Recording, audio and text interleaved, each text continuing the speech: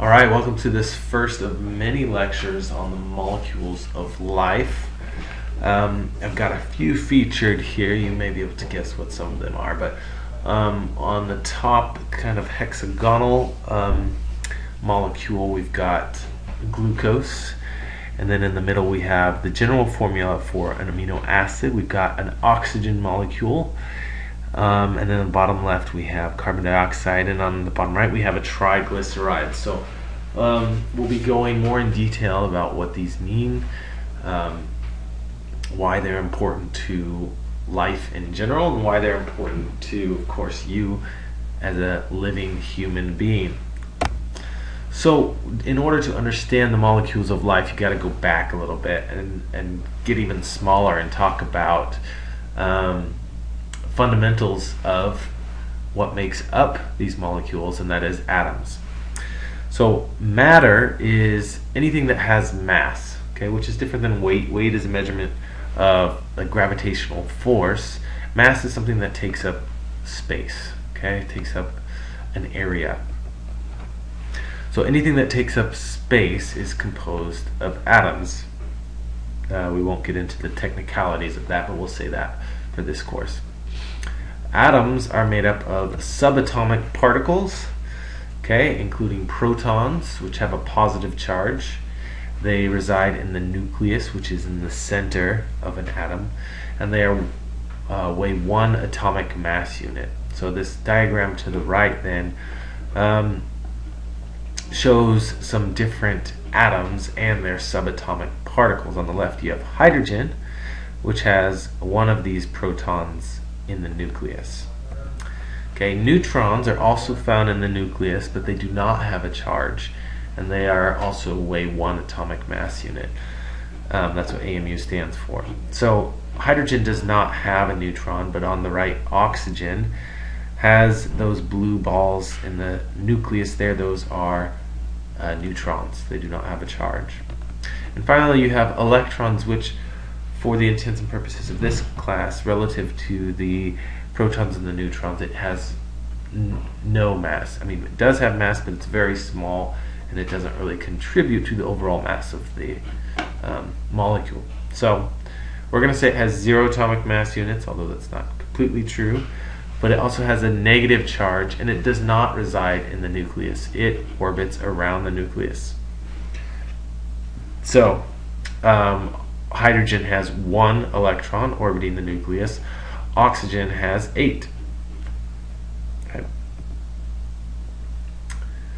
The subatomic particles then determine the chemical properties and the identity of atoms. So we define atoms by their different subatomic particles, and we call each unique atom an element. Okay, and the element is defined by the number of protons in their nucleus. So we talked about hydrogen, which is the H. So each of them also has a chemical symbol, which is 1 or 2 letters. Some have 3 letters, but for the most part 1 or 2. Hydrogen has the chemical symbol of H. It has 1 proton, so it is the first on this periodic table of elements. Oxygen, that big one sticking out at number 8, has 8 protons and has the chemical symbol of O. Okay, now you can have 2 atoms that have the same number of protons but have a different number of neutrons, and that makes different, so they weigh different amounts because they have the same number of protons, which weighs 1, but they have different number of neutrons, which also weighs 1. So here we have carbon 12, carbon 13, and carbon 14. That number to the right, carbon 12, is the sum of the number of protons and neutrons.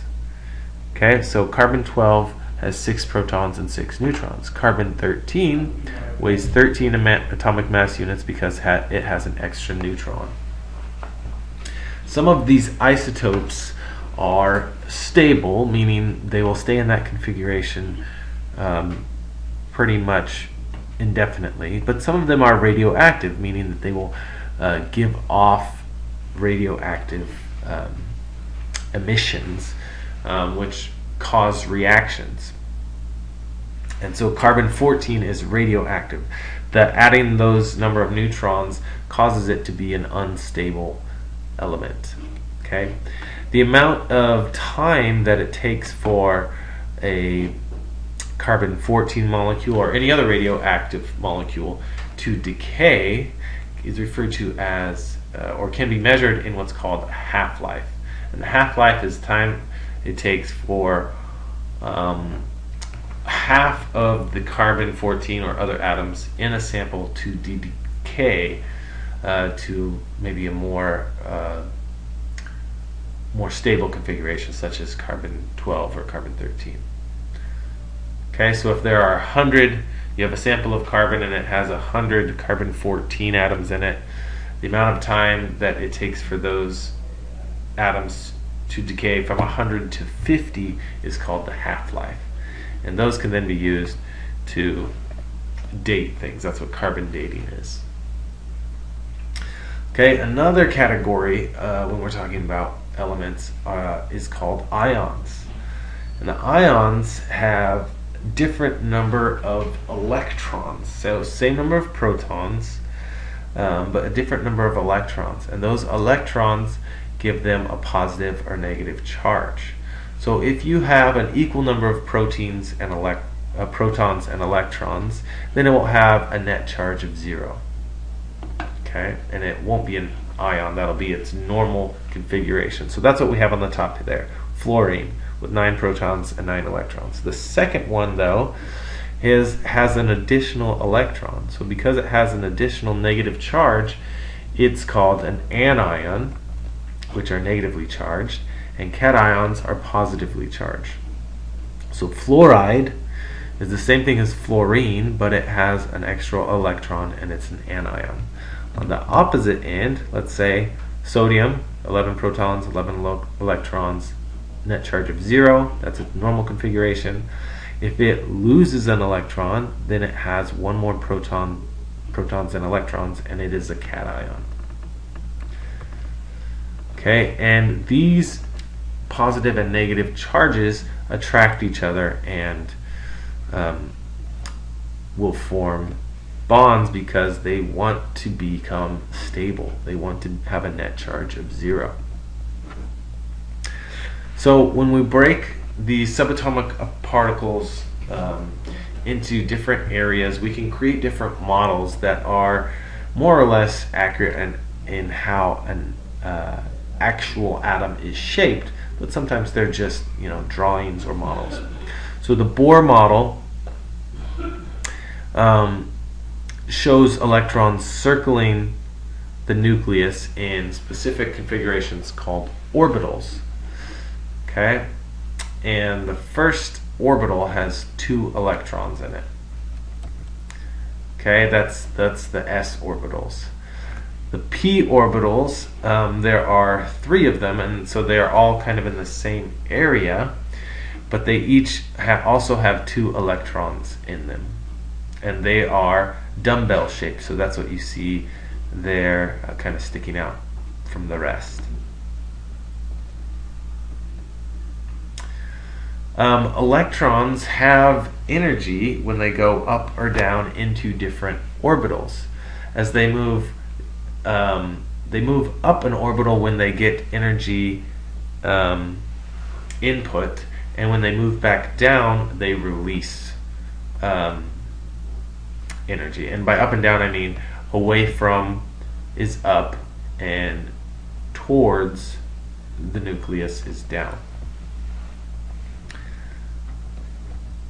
Okay, so I saw this figure before. This is the periodic table of elements. It shows all our elements organized by the number of protons that they have.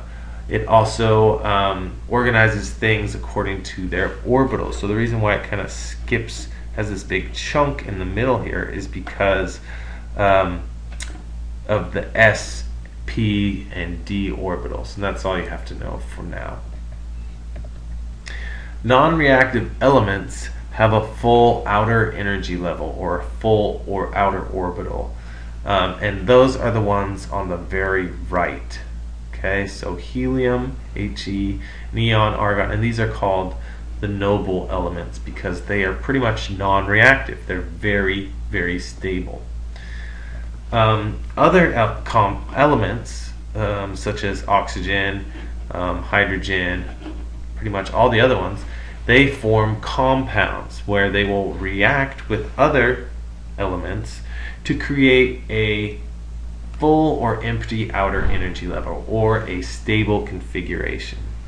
So if for example, hydrogen has one outer atomic electron, it needs one more to create a full outer energy level, and it will then attach to another hydrogen, and they will share those two electrons. So of the elements on the periodic table of elements, there are many that are found in different abundances in life, in living things. So 4 of them make up almost 97%, closer to 96% of all living things. And those are carbon, hydrogen, nitrogen, and oxygen. Okay? Then you have minerals, and these are abundant, make up much of the other 3.7%. So sodium, chlorine, calcium, potassium, phosphorus, sulfur, iron, and magnesium. All of those are minerals or trace elements. Trace elements then are elements that are found in very, very scarce amounts but are still very important for physiological functions. One of them is called iodine. And iodine, if you don't have enough iodine in your diet, your thyroid, which depends on iodine to function, will start to inflame, and that's called a goiter. You see a picture of that here. This person's neck is inflamed. And we get iodine by putting iodine in our salt. But if you don't have iodized salt, then and you don't eat enough foods that have iodine in them, even just very, very small amounts, that can happen.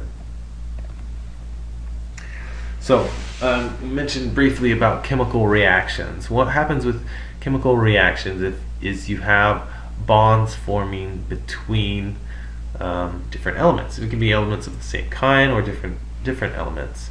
And this is depending on their position and properties of their electrons. So when you have a reaction, you have the shifting, which can sometimes occur from one molecule to another. Okay, and the reactants are the original compounds, and those are generally shown on the left. And so we have those in different diagrams here. We've got them represented by different colors and different letters, A, B, and C, and D. And then to the right of those you have the products. So in the very top you have two compounds, A and B. They go through a reaction and then they create a bond between them, and now they're an AB molecule. These are affected by a number of different things, including temperature, how many reactants, the different concentrations of the reactants or products, things called catalysts, which help the reaction move faster, are some examples. There are two types of reactions that are very important to life, including why we use oxygen. And they are called oxidation reactions or reduction reactions. And in an oxidation or reduction reaction, you an element will either lose an electron or gain an electron. If it gains an electron, it is called a reduction because it has now a more negative charge. If you lose an electron, it's called an oxidation. And so you have some figures here to the right, some reactions. Again, you got reactants on the left and your products on the right. And you have two chlorine molecules and two hydrogen molecules. When you combine them, they create a hydrochloric acid. But the hydrogens lose an electron, so they are oxidized, and the chlorines gain an electron, so they are reduced in this reaction. Now, when these reactions occur, you have bonds forming, and that's either through the attraction of the positive and negative molecules or whatever it needs to do to create this stable octet. They want the outer layer to have a full configuration. So, some of them bind together to atoms of the same kind, and that's called a molecule. So you have an oxygen molecule, has two oxygens. Hydrogen, nitrogen do the same. Compounds are atoms that bind together with more than one element. So C6H12O6 that has 6 carbons, 6 oxygens, and 12 hydrogens. This is glucose, or a sugar molecule. Ionic bonds are formed by 2 or more ions. So an example of that is sodium chloride, which is salt. And so there you have a configuration. We have a diagram. So sodium has this one electron, an extra electron basically, and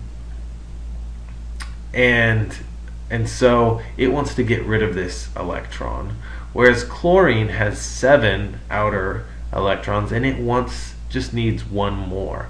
So what they do is they will form an ionic bond where the chlorine will steal that electron and then create a negative charge, so it's an anion, and the sodium, because it lost that electron, is now a cation and a positive charge, and that positive and negative charge will then create their ionic bond, and then they create salts.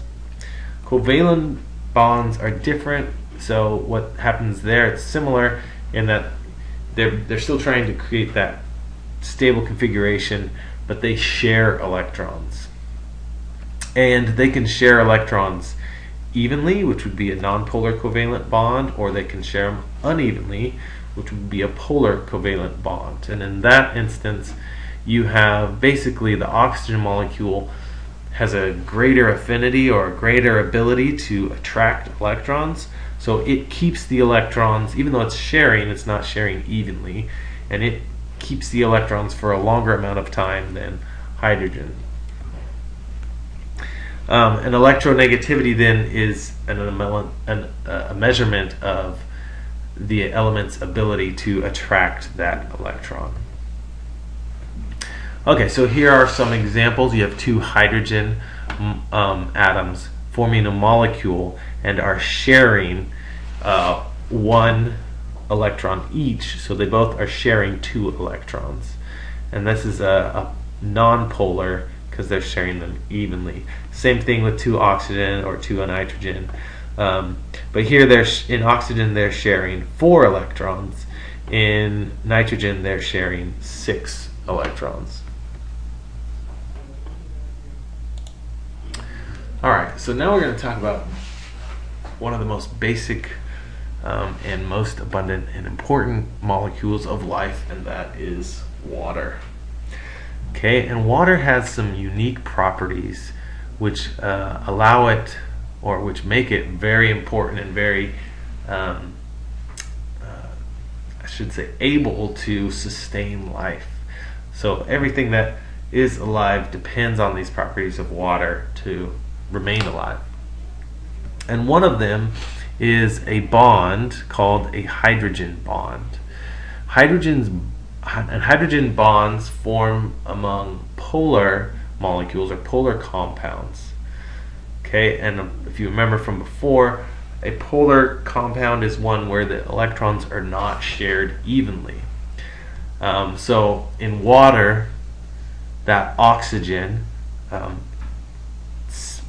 doesn't share the electrons evenly. It hoards the electrons as much as it can. So when it does that, it creates a bit of a negative charge because those electrons are negative. Well, it's taking them away from these hydrogens, so then these hydrogens form a slightly positive charge. And when they and so then when you put water together, those negative parts and those positive parts are attracted to each other, and they form these hydrogen bonds. And they aren't, hydrogen bonds are constantly breaking and reforming, and that's what kind of gives water these fluid properties. and causes it to stick to itself. And when it sticks to itself, that is called cohesion. Okay, and you can use cohesion for a number of things, including siphoning. Has anyone ever, if you've ever siphoned gas out of a gas tank, the cohesive properties of water cause it to pull the water out of one area, and then gravity, of course, is pulling on the water as well. But if it didn't have those cohesive properties, it wouldn't make a continuous stream. Adhesion then is similar to cohesion, only it is the fact that water and those hydrogen bonds are formed with other materials as well. And so that's what causes like surface tension. You see an example of that in the in that top figure. So if you put little glass tubes of different diameter in a thing of water, they will go up a little bit in different amounts based on the amount of attraction of water to that glass. So the smaller the diameter, the more adhesion you have taking place, and it's higher, makes a higher water column.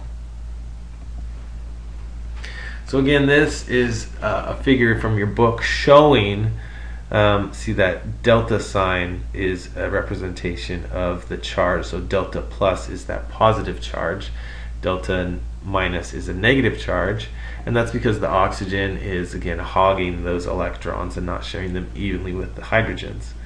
That forms these hydrogen bonds, and hydrogen bonds can form between other water molecules, and that would be the source of cohesion. And if it's between something else, hydrogen bond forming between water and something else, then it would be cohesion. So because of hydrogen bonds, water has a high specific heat, or the amount of energy which is which it takes to form and reform and break these hydrogen bonds. It takes a lot of energy to do that. So water is really good at absorbing heat, and you can feel this if you ever go down by a stream. It's usually a little bit cooler than just the air itself is a little bit cooler than if you're a little bit further away. Also has a high heat of vaporization, meaning it requires a lot of energy for it to evaporate water. Okay, and we take advantage of this by using water to cool our bodies when we sweat. So it takes a lot of energy away from our body when water evaporates off our skin, and what that does is it has a cooling effect. It takes that heat away from our body and cools it. So the reason I have another example of high specific heat of water is if you live next to the coast, like maybe next to the Gulf of Mexico and Florida, or parts of Louisiana and Alabama, Mississippi, next to the water, your temperature is going to be much more less fluctuating, because you have this large body of water which is going to absorb energy. So in the wintertime, the Gulf of Mexico is generally warmer if you live right on the Gulf than inland if you lived way up in Huntsville. But in the summer, it's generally cooler and much hotter up in Huntsville. That's because of that specific heat. Another phenomenon is ice is less dense than water, and this doesn't happen in any other compound. But when ice freezes, it floats. Most things become more dense when they freeze, but not water. And that allows ice to float at the top of a lake. And if it didn't, if it sank, then all the things on the bottom of the lake would then die. Now, these hydrogen bonds also make water very powerful solvent, so it can dissolve substances, especially polar substances and small substances like ions, but it also opposes or does not dissolve with nonpolar substances, so fats, lipids, oils. these things are repelled by water, and if you ever mix oil and water, you will see they will create distinct layers and not mix. Something that is hydrophilic then is something that is very solvent in water, and something that is hydrophobic does not dissolve in water. Water also forms ions, so it will, if you have H2O, if you have water in a cup, some of it will actually be breaking apart into OH molecules and H molecules. So those hydrogen by themselves would be a positive, and those OH by themselves would be a negative. And that's what forms the acidity of certain substances. Okay, so when you put water or something like salt into water, what happens is these hydrogen bonds, or these positive and negatives, will be attracted to the different ions. So we talked about sodium chloride before, and then it will basically break that crystal which has formed, because those hydrogen bonds are basically more powerful than the ionic bonds, and dissolve that salt in the water. Alright, we're going to stop there, and we'll talk about acids and bases starting Monday of next week.